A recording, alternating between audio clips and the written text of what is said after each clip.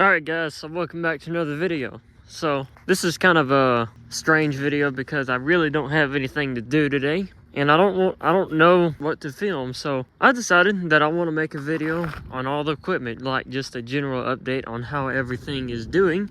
And there are some things that you guys haven't seen yet that I would like to show you as well. So it may be kind of long, but I hope you guys will watch all of it. I hope you'll enjoy it. So without further ado, let's get started. So of course you guys know about these two vehicles, the Corolla and the Odyssey.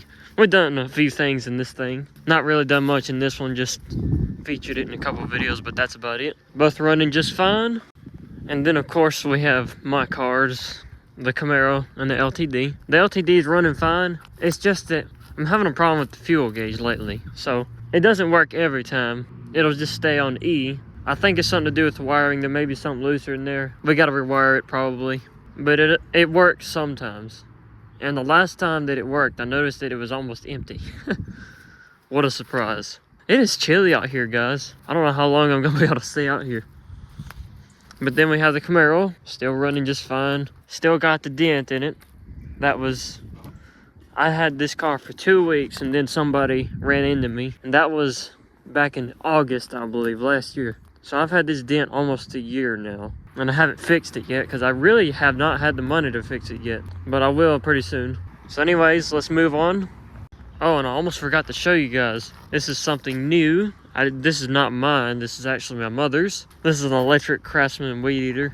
She says it works pretty well. I haven't tried to use it. I have no reason to use it. I have my gas-powered Ryobi, which is probably not much better, but at least it's gas-powered. I won't ever use this electric stuff unless I'm forced to, like the people in California are. So for the rest of the equipment, I'm gonna hop on the golf cart, but we do need to show the equipment in the garage too. So starting with the Husqvarna, still running just fine. That Kohler engine still going strong at 1,098.4 hours. That is a lot. It is the Kohler SV610. A lot of the people say these engines are crap because they have those plastic dual cams in it. But if you take care of these engines, do regular oil changes and everything, it'll be fine. And then we have the wheel horse, the one that everybody wants to know about.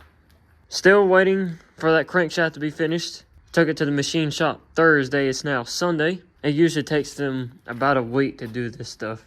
At the moment, it's just sitting here collecting dust. And then, of course, we have the golf cart.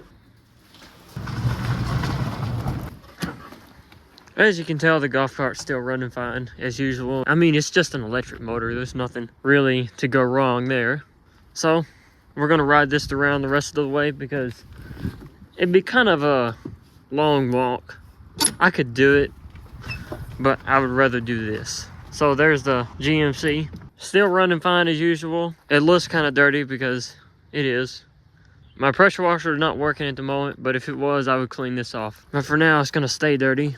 Seems like there may be a fuel leak somewhere, but I can't find it at the moment. That will be for another time when I have a chance to find it. Right now, my main focus is the wheel horse. And then, of course, we have the Ford F-250. I don't feature this one a lot, and that's because it's my dad's truck. I hardly ever use it. I have no reason to use it. I've got that truck right there. But it's running fine. 7.3 International non-turbo. Has a lot of torque. Still running good. And then of course we're down here at the barn where I have made hundreds of videos. We got the generator still running fine. Got the two tiller engines. They're still running the same, just like crap.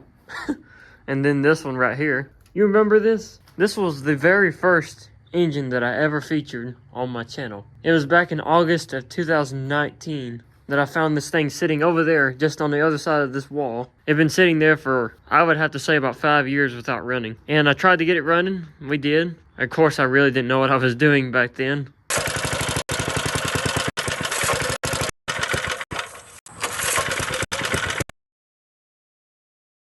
That was almost 4 years ago now. Wow. And then, of course, we have the push mower engines. You guys probably remember that. That was back in 2019 at the very end of it. Here's the other one. Ever since I put them out, they've just been sitting here doing nothing. And then, of course, we have the weed eater engines.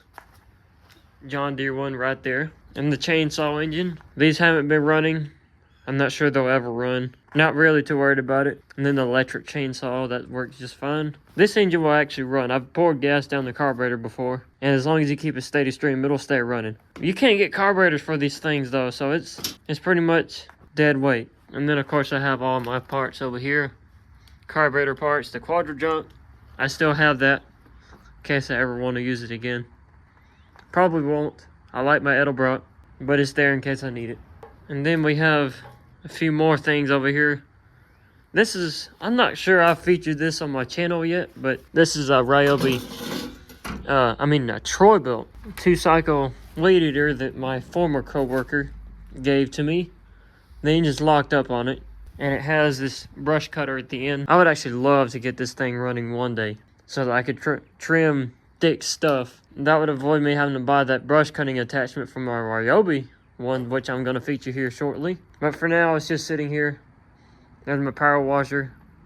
It's actually not working at the moment. Well, it does work, but the hose, the pressure washer hose, burst on it, and it doesn't hold any pressure, so I can't do anything with it at the moment. You see I got tape right there. I tried to fix that, but it just leaks right through it. So we got to get another hose for that. And then this weed eater, I featured this a while back. We got it running, but then it wasn't running. It's just sitting here. It was a neighbor's weed eater. Apparently they never needed it because they never asked for it back. So it's just sitting here. So let's move on over here. There's some more stuff. The John Deere, still running fine. The Ryobi weed eater, and I'm just now noticing this. I don't know why that happened. Where is it? Anyways, it's sitting here. It runs fine. The chainsaw, we're missing the pull cord. I tried to start it one day and it didn't start, of course. And then the pull cord broke on it. So we gotta get another pull cord. And I'm glad I saw this because I've forgotten about that. Oh, I'm cold. It is chilly down here. It's gonna be even worse down in the woods. But then here's the Remington trimmer. Still running just fine. I'm gonna try to find this if I can. Here it is.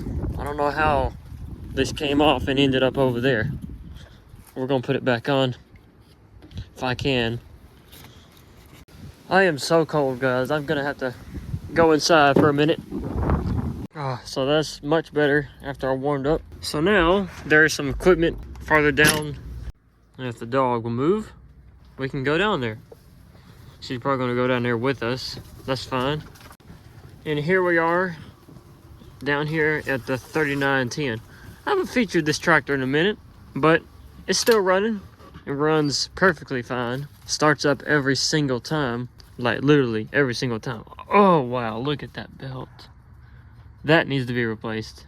But otherwise, this thing is running perfectly fine. There's nothing wrong with it. Gotta keep a rock on it to keep the clutch from sticking. It needs another clutch, but as long as we do this, it'll be fine. And then here's one I have never featured or made a video about.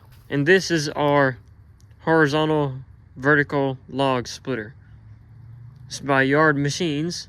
And it has a Honda engine on it, a Honda GCV 160. I bet this thing would start up if I put gas in it. I've been told not to run it because those hydraulic lines may burst, and that's a pretty good idea actually. You probably don't need to run it like that until those hydraulic lines are replaced. So maybe someday we'll get it running. And then of course we have all our tractor implements. I never feature that in the channel because we hardly ever use these implements. Except for the bush hog. That's probably our most used implement. They're probably our most helpful one too. I think that's everything. I hope you guys enjoyed this video. I know it was very long and a little bit different too, but there was one comment that I had on my last video saying that I should make them a little bit longer. I don't think that's why I made this video, but it is longer. Now I need to go get gas in the Camaro. It is so cold out here. Well, it's only 40, well, it's 38 degrees, but the wind is the big killer for me.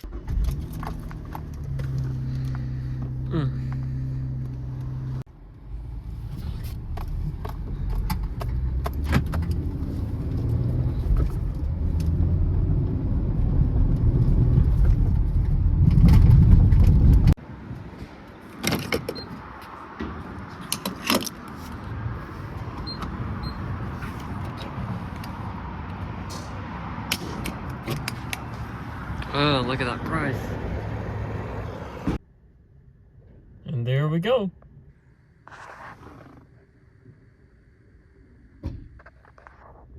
Oh.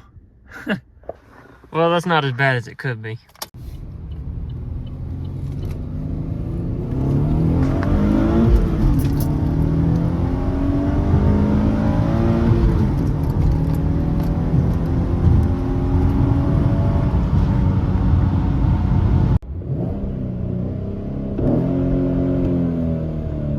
I wish it revved up to 7,000 when you're not moving, but it's probably a good thing it don't. It probably damages the engine to do that. You're not even really supposed to rev it up anyway, but I do it anyway, sometimes.